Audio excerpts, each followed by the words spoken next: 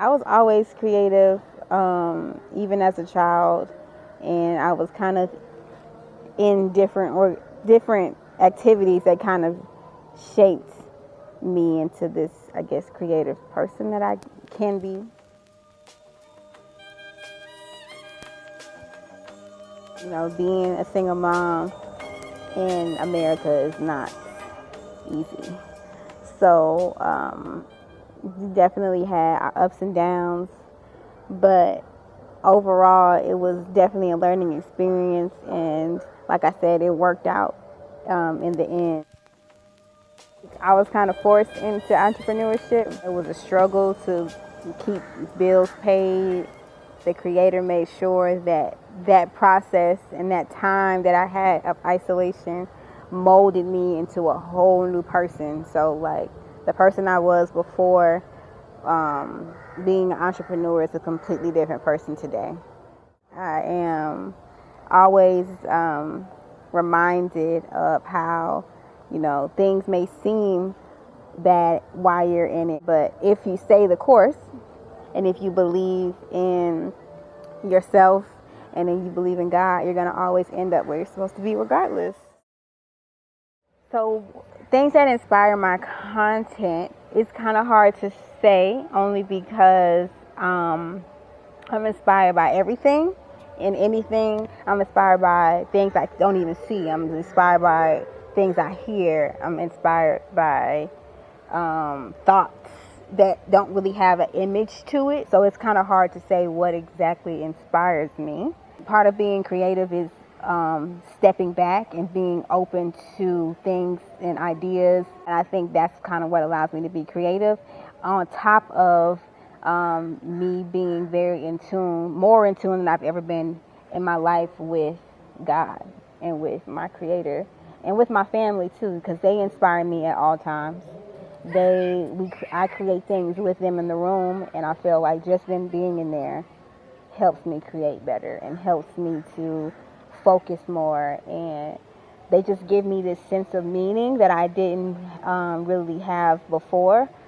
So I think if I had to pinpoint something, I would probably say it'll be my family and God.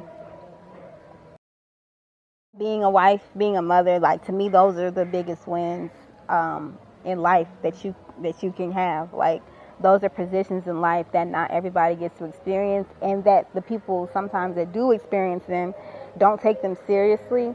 Now that I know who I am and I know my purpose, or know more of what my purpose is, I take those roles very seriously, and that was another part of the reason coming here to the continent was so important.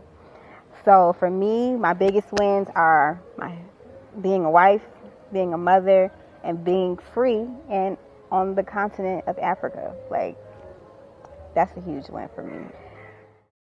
So I met my amazing husband through an app. It was great. We met at the Civil Rights Center in Atlanta, and it was great. Obviously, it was great because now he's my husband.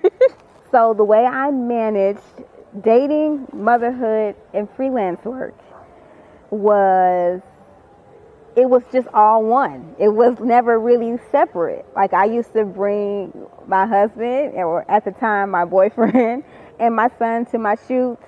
We kind of were like always together. So for me, thankfully, I met somebody who valued me and valued my son and valued what I was doing, and allowed me the freedom to do those things without being like, I don't know, like irritated the fact that we were going to shoots, or the fact that I was editing late at night. Like, he stayed up with me editing, or he would go with me to shoots, or he would keep Mikey for me if I needed him, if I needed to go somewhere and he couldn't come. Otherwise, we were together. So it was beautiful for me because I was able to do projects and have my family there with me. For me, creativity and my family are just one, and it's hard for me to separate the two.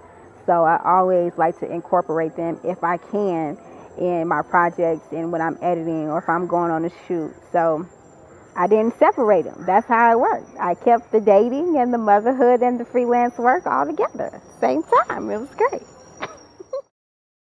I never thought I would leave the United States. I never had a desire to. I had never traveled outside of the United States until 2019. 2019 when we went to Cuba. So up until that point, I had been in the States my whole life, and I didn't know much about anything else in the world. So no, I didn't have a desire to live in Africa. That was just part of the growing and learning process for me. That was just the gradual next stage. It was like, all right, I know all these things about where I'm living, the people I'm around, the society that I'm living in, the future of that society. So it kind of was just something that was part of the learning process. We decided to move to Tanzania because we are raising a African child, and doing that in America, raising a healthy African child in America is very, very difficult, and it's dangerous. And like the things that we knew, the things that we saw, the things we were learning, it kind of made it impossible for us to wrap our minds around raising and rearing a healthy, whole individual in that society. So that was the main reason. As a family, we knew that we wanted to cultivate something deeper and more meaningful, and we knew that there is a blockage there, a spiritual blockage there, that wasn't allowing us and wouldn't allow us to do it in the way we wanted to do it. So yeah, we decided to come to Tanzania because it's home. To be selected for the Muse cover, honestly, is a huge honor, because who doesn't want to be on a magazine cover with their amazing family? Like, for me, it's such an honor because my family is a part of it. Anytime I can incorporate my family in things that I do, it just makes it just 10 times better than it ever could be if it was just me by myself. So I think that it's an honor because they're highlighting and showing the African family, and I think that is something that we need to see so much more of. How I would like for it to influence young girls is just to see, like, the black family is where it's at, okay? The African family is where it's at. It doesn't get any better than this. There is no higher position you can be in than being an African wife and an African mother. Like, those are things to aspire to, and those are things that are devalued in most societies.